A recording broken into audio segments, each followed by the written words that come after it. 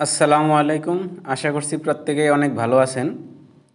এখন আপনাদের দেখাবো পিজিসিবিতে উপসহকারী প্রকৌশলী ইলেকট্রনিক্স পদে যে পরীক্ষাটি হয়েছিল 1/1/2021 সালে বুয়েটে তার ডিপার্টমেন্ট অংশের প্রশ্নের সমাধান। তো বন্ধুরা চলুন দেখে নেই সেই প্রশ্নের সমাধান।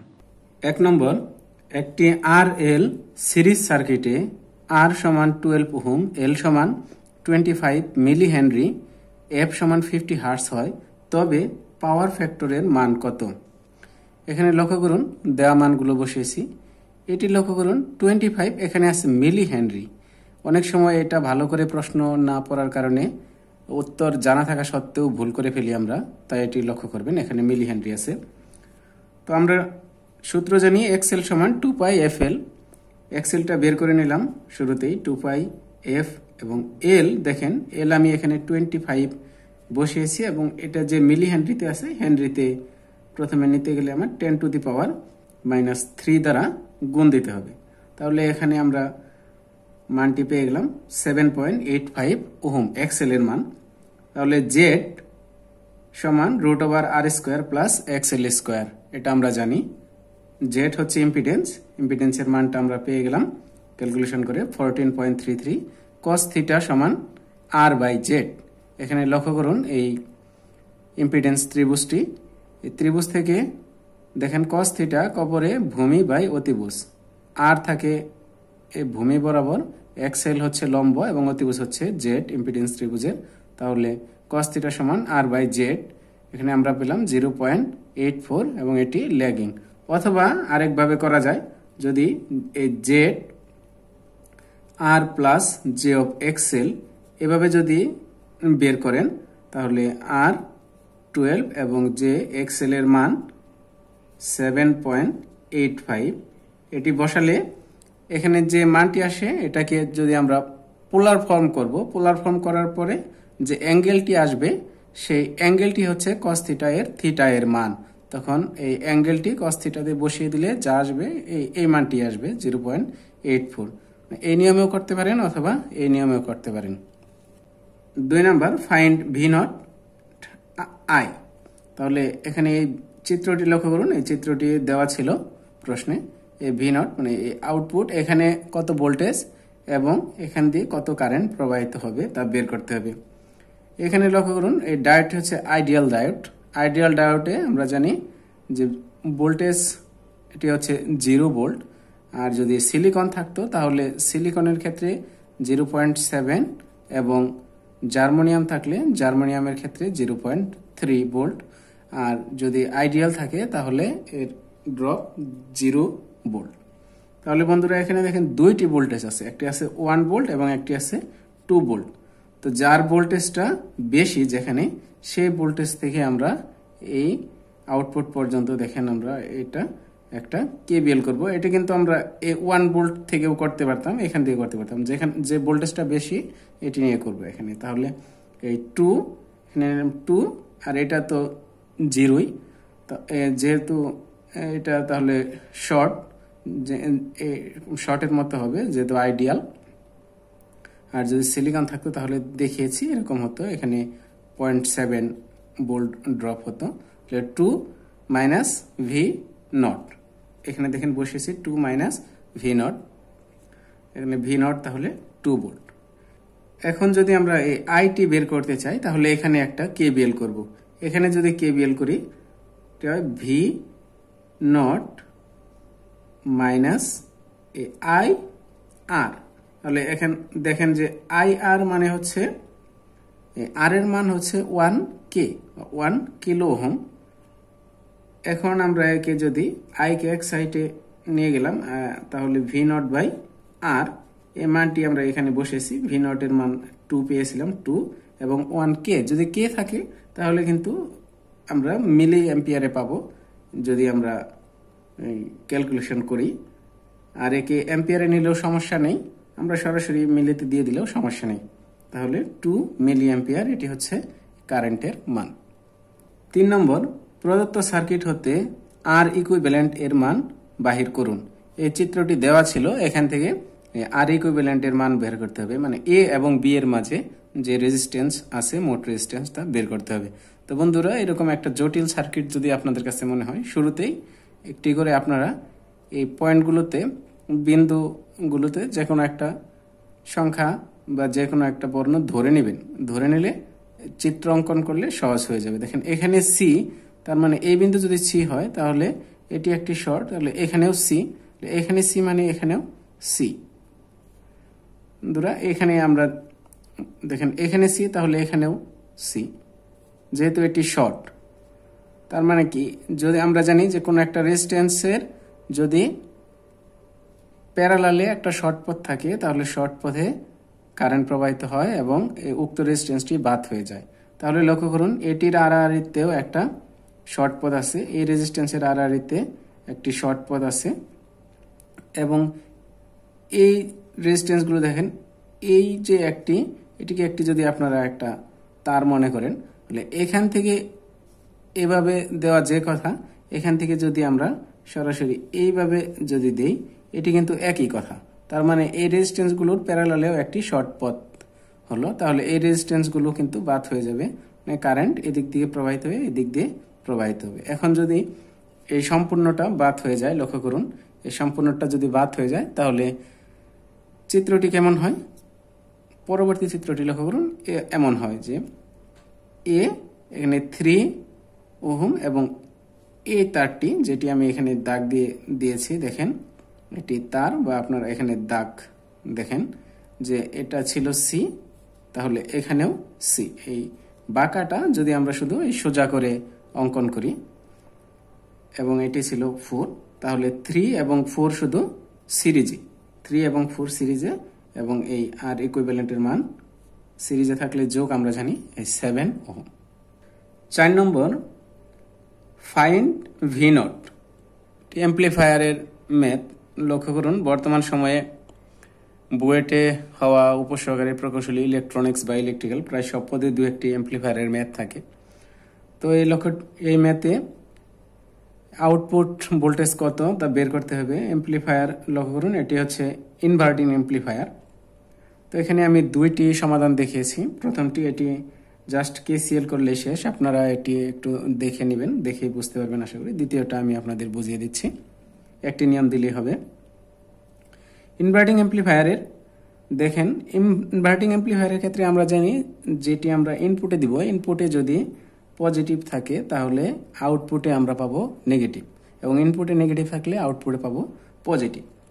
এখানে দুইটি অ্যাম্প্লিফায়ার, প্রথমটি দেখেন একটি ইনপুট দেওয়া হয়েছে, এবং দ্বিতীয় অ্যাম্প্লিফায়ারের ক্ষেত্রে এখানে দুইটি ইনপুট, এবং দুটি কিন্তু ইনভার্টিং অ্যাম্প্লিফায়ার।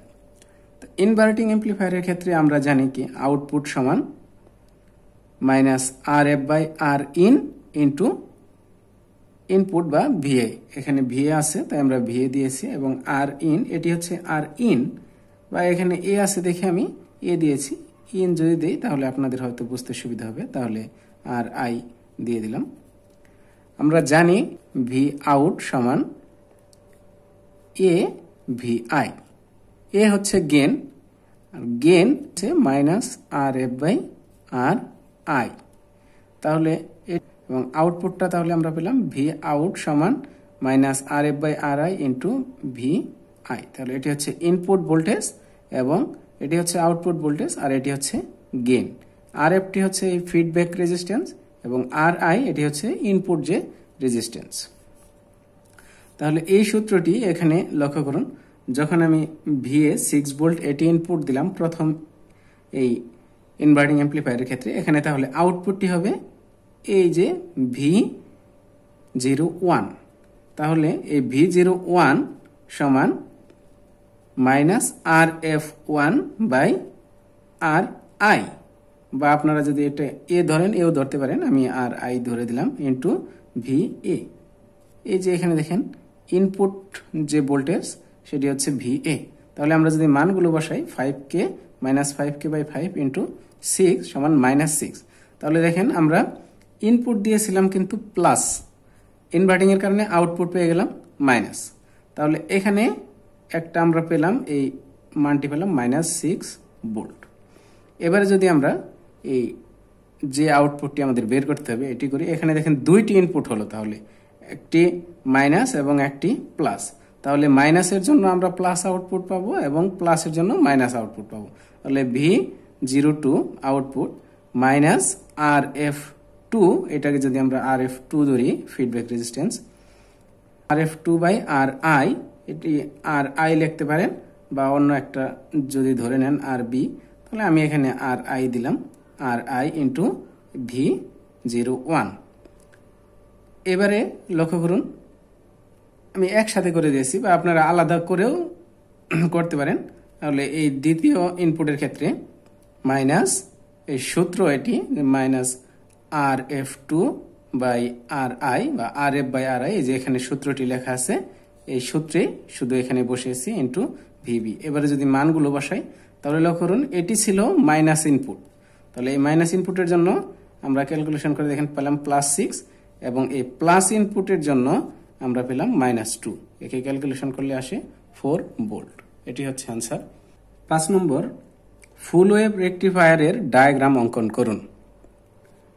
এটি হচ্ছে একটা ফুল ওয়েভ ব্রিজ রেকটিফায়ার সার্কিট। আপনারা জানেন ফুল ওয়েভ দুই ধরনের হয়, একটা হচ্ছে ফুল ওয়েভ সেন্টার টেপ এবং ফুল ওয়েভ ব্রিজ। যদি উল্লেখ না থাকে তাহলে আপনি যে কোনোটি দিতে পারেন, ফুল ওয়েভ সেন্টার টেপও দিতে পারেন। আমি আপনাদের ব্রিজটি এখানে দেখিয়েছি। চিত্রে লক্ষ্য করুন এটি হচ্ছে input, AC input, transformer, step down, 4টি ডায়োড, এটি হচ্ছে লোড, আর এটি হচ্ছে ইনপুট আউটপুট ওয়েভ শেপ। এটি হচ্ছে ইনপুট ওয়েভ শেপ আর এটি হচ্ছে আউটপুট ওয়েভ শেপ। এবারে লক্ষ্য করুন যখন আমরা পজিটিভ হাফ সাইকেল দিব, মানে হোয়েন পজিটিভ হাফ সাইকেল, যখন পজিটিভ হাফ সাইকেল, তখন লক্ষ্য করেন এটি হচ্ছে অ্যানোড এবং এটি হচ্ছে ক্যাথোড একটা ডায়োডের। আর ডায়োডটা সবসময় এই ফরওয়ার্ড বায়াসে কন্ডাকশন পায় এবং রিভার্স বায়াসে নন কন্ডাকশনে থাকে। তাহলে লক্ষ্য করুন এখানে কিন্তু ক্যাথোডটি পেল, মানে এখানে রিভার্স বায়াস পেল, এদিকে কিন্তু কারেন্ট প্রবাহিত হবে না। এবং এখানে দেখেন ফরওয়ার্ড বায়াস পেয়েছে, আবার এখানে তাহলে পেল রিভার্স বায়াস। তাহলে এখানে ফরওয়ার্ড বায়াস, এই লোড এখানের মধ্যে দিয়ে এই ডায়োড D3 এর মাধ্যমে এখানে কিন্তু সার্কিটটি কমপ্লিট করবে। এখানে লক্ষ্য করুন তাহলে যখন পজিটিভ হাফ সাইকেল তখন কন্ডাকশন হচ্ছে D1 এবং D3। তাহলে এই D1 RL হয়ে D3 হয়ে এই সাইকেলটি কমপ্লিট করবে। এবং নন কন্ডাকশনে থাকবে, তাহলে নন কন্ডাকশনে থাকবে এই D2 এবং D4, D2 and D4। তাহলে প্রথম হাফ সাইকেলের ক্ষেত্রে এখানে লক্ষ্য করুন যে ফুল ওয়েভটি আমরা আউটপুটটি পাবো D1 এবং D3 এর জন্য। আবার যখন নেগেটিভ হাফ সাইকেল দিব তখন লক্ষ্য করুন এই D2 এটি ফরওয়ার্ড বায়াস পেয়েছে, D3 রিভার্স, তাহলে D2 হয়ে RL হয়ে D4 হয়ে এই সাইকেলটি কমপ্লিট করবে। তার মানে যখন নেগেটিভ হাফ সাইকেল তখন কন্ডাকশন পাবে D2 এবং D4, এবং নন কন্ডাকশনে থাকবে D1 এবং D3। তাহলে এখানে D2 এবং D4 এর জন্য আমরা পাবো এই আউটপুট। আবার ঠিক সেম ভাবে পরবর্তীতে D1 D3 D2 D4 এভাবে যাবে। 6 নম্বর লক্ষ্য করুন একটি 3 ফেজ বা 3 ফেজ স্টার ডেল্টা ট্রান্সফরমারের প্রাইমারি ও সেকেন্ডারি ভোল্টেজ যথাক্রমে 11,000 ভোল্ট ও 400 ভোল্ট, 11 কেভি এবং 400 ভোল্ট। এর প্রাইমারি কারেন্ট 25 অ্যাম্পিয়ার হলে সেকেন্ডারি কারেন্ট কত? এখানে দেয়া মানগুলো বসিয়েছি। এখানে লক্ষ্য করুন লক্ষণীয় হচ্ছে star delta transformer single phase হলে তো সেক্ষেত্রে কোনো স্টার ডেল্টা নেই, একদম সহজ সূত্র দিলেই হয়। কিন্তু স্টার ডেল্টা বা ডেল্টা স্টার এরকম থাকলে আমাদের যে ফরম্যাটে ফেজ ভোল্টেজ লাইন ভোল্টেজ যেগুলো আছে পরিবর্তন হয় সেগুলো আগে পরিবর্তন করে নিতে হবে, তারপর সূত্র বসাতে হবে। আমরা জানি ট্রান্সফরমেশন রেশিওটি হচ্ছে A সমান VP by VS, NP by NS এবং IS বাই IP। এখানে এ ম্যাথে কাজে লাগবে VP বাই VS এবং IS বাই IP। এখানে দেখেন ফাই পি দ্বারা বোঝানো হয়েছে এটা হচ্ছে ফেজ। তাহলে লক্ষ্য করুন যখন স্টার ডেল্টা ট্রান্সফরমার, তো শুরুতেই আমরা ফেজ ভোল্টেজ, স্টারের ক্ষেত্রে ফেজ ভোল্টেজ হচ্ছে যে লাইন ভোল্টেজ থাকবে তাকে √3 দ্বারা ভাগ দিতে হবে, মানে 11,000 ভাগ √3, তাহলে আমরা পাবো ফেজ ভোল্টেজ। এখানে দেখেন মানগুলো বসিয়েছি। ভিপি 11,000, এটি হচ্ছে লাইনের জন্য। ভিএস এটি হচ্ছে 400 ভোল্টেজ, এবং আইপি এটি হচ্ছে 25 অ্যাম্পিয়ার। আইএস কত এটা বের করতে হবে। তাহলে যেহেতু ভিএস এটা এখানে সেকেন্ডারি হলো, সেকেন্ডারি ক্ষেত্রে ভিএস এবং ভি5এস এগুলো হচ্ছে সেম, মানে ভোল্টেজ ডেল্টাতে সেম থাকে। কারেন্টটা থাকে, লাইন কারেন্টটা থাকে ফেজ কারেন্টের √3 গুণ। আর স্টারের ক্ষেত্রে লাইন ভোল্টেজটি থাকে ফেজ ভোল্টেজের √3 গুণ। তাহলে ফেজ ভোল্টেজ হবে লাইন যে ভোল্টেজ আছে তার থেকে √3 দ্বারা একে ভাগ দিতে হবে। তাহলে আমরা শুরুতেই স্টার ডেল্টা, তাহলে প্রাইমারির জন্য আমরা এই স্টারের ক্ষেত্রে ফেজ ভোল্টেজটি বের করে নিলাম। এবারে লক্ষ্য করুন, আমরা জানি ট্রান্সফরমেশন রেশিও V5P, মানে প্রাইমারি সাইডের ফেজ ভোল্টেজ এবং সেকেন্ডারি সাইডের ফেজ ভোল্টেজ সমান সেকেন্ডারি সাইডের ফেজ কারেন্ট এবং প্রাইমারি সাইডের ফেজ কারেন্ট। তাহলে আমরা V5P প্রাইমারি সাইডের ফেজ ভোল্টেজ আমরা পেয়েছি 11,000/√3, এটি আমরা শুরুতে বসিয়ে দিলাম, এবং P5S সেকেন্ডারি সাইডে এটি ফেজ এবং লাইনের ক্ষেত্রে সেম, তাই আমরা এখানে বসিয়ে দিলাম 400, এবং I5S এটি বের করতে হবে, এবং I5P, তাহলে I5P এটি স্টারের ক্ষেত্রে ফেজ কারেন্ট এবং লাইন কারেন্ট সেম, তাহলে এটি 25। তাহলে এই 5S ক্যালকুলেশন করলে আসে 397 অ্যাম্পিয়ার। এটি হচ্ছে আনসার। 7 নম্বর লক্ষ্য করুন, এটি কমিউনিকেশন থিওরি থেকে এসেছে। সিগন্যাল xt সমান 10 cos 100πt plus sine 200πt message সিগন্যালকে স্যাম্পলিং করলে স্যাম্পলিং ফ্রিকোয়েন্সি কত হবে? এই ধরনের প্রশ্নে আপনাদের একটি শর্টকাট জিনিস বলে দিচ্ছি। এখানে দেখেন যতগুলো এরকম সিগন্যাল থাকবে, cos 100πt 200πt, যদি আরও থাকতো যে 300πt 400πt বা 50πt, তাহলে প্রথমে লক্ষ্য করবেন সব থেকে বেশি কত ফ্রিকোয়েন্সি আছে। শুধু যেটা বেশি ফ্রিকোয়েন্সি ওইটাই শুধু আউটপুটে কাঙ্ক্ষিত আমরা পাবো, আর বাকিগুলো আমরা পাবো না। শুধু যার ফ্রিকোয়েন্সি বেশি ওটি নিয়ে কাজ করব। তাহলে এখানে লক্ষ্য করুন maximum frequency of message signal, এই মেসেজ সিগন্যালের ম্যাক্সিমাম ফ্রিকোয়েন্সি হচ্ছে 200πt। তাহলে সাইন ওমেগাটি আমরা জানি ওমেগা সমান কি 2πf, তাহলে এই 2πf সমান এখানে যে মানটি আছে 200πt ম্যাক্সিমাম ফ্রিকোয়েন্সি, সেটি আমরা বসালাম, এবং তাহলে fm বা ম্যাক্সিমাম ফ্রিকোয়েন্সি আমরা পেলাম 100 হার্টজ। এবারে দেখেন লক্ষ্য করুন স্যাম্পলিং ফ্রিকোয়েন্সি আমরা জানি, এই স্যাম্পলিং ফ্রিকোয়েন্সি হচ্ছে 2fm এর সমান অথবা এর থেকে বড়। তাহলে স্যাম্পলিং ফ্রিকোয়েন্সি হচ্ছে নাইকুইস্ট ফ্রিকোয়েন্সি, আমরা নাইকুইস্ট ফ্রিকোয়েন্সি সমান জানি 2fm। তাহলে এই স্যাম্পলিং ফ্রিকোয়েন্সি fs সমান 2fm। fm এর মান আমরা পেয়েছি 100 হার্টজ, তাহলে 2 × 100 সমান 200 হার্টজ। এটি হচ্ছে আনসার।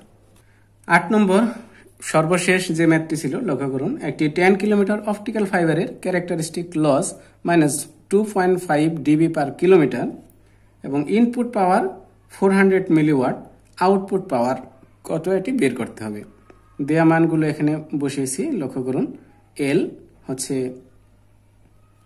যে length 10 kilometre, loss in dB, ডিবিতে লস কিলোমিটারে -2.5, এবং পি ইনপুট পাওয়ার হচ্ছে 400 মিলিওয়াট, আউটপুট কত বের করতে হবে। আমরা ডিবিতে আমরা জানি যে পাওয়ারের ক্ষেত্রে power loss dB, loss in dB 10 log 10 AP. AP এটি হচ্ছে গেন আমরা জানি P out by P in. যদি ভোল্টেজ থাকতো তাহলে 20 log 10 V out by V in, এবং কারেন্টের ক্ষেত্রেও 20 log 10 V out by I out by I in, এবং পাওয়ারের ক্ষেত্রে 10। তাহলে ডিবিতে 10 log 10 P out by P in এই মানগুলো আমরা বসালাম -2.5 ইন্টু, দেখেন 1 কিলোমিটারের জন্য আছে 2.5, এখানে বলা আছে 10 কিলোমিটার, তাহলে 10 দিয়ে ওরা গুণ দিয়ে দিলাম, 10 log P out by P in. P in এর মান 400 সরাসরি বসিয়ে দিলাম, এটি মিলি ওয়াটের। এখন এই 10 এবং এই 10 যদি আমরা কাটা দিয়ে দিই, বাদ চলে গেল, -2.5, 10 log 10 P out by P in. তাহলে P out by P in আমরা যদি এন্টি লক করি, এন্টি লক করলে ক্যালকুলেশন করলে এর মানটি আসে 3.16 ইন্টু 10 টু দি পাওয়ার -3। তাহলে পি আউট 1.265 মিলিওয়াট, এটি হচ্ছে আনসার। তো বন্ধুরা, আশা করছি প্রত্যেকটি আপনারা বুঝতে পেরেছেন। যদি কোনো কারণে আপনাদের বুঝতে অসুবিধা হয় তাহলে কমেন্টস বক্সে কমেন্টস করুন, ইনশাল্লাহ সমাধান করার চেষ্টা করব। আর যদি আপনাদের কাছে কোনোটি ভুল মনে হয় তাহলেও আপনারা কমেন্টস বক্সে কমেন্টস করুন, ইনশাল্লাহ সমাধান করে দেওয়ার চেষ্টা করব। সবাইকে ধন্যবাদ। আসসালামু আলাইকুম ওয়া রাহমাতুল্লাহ।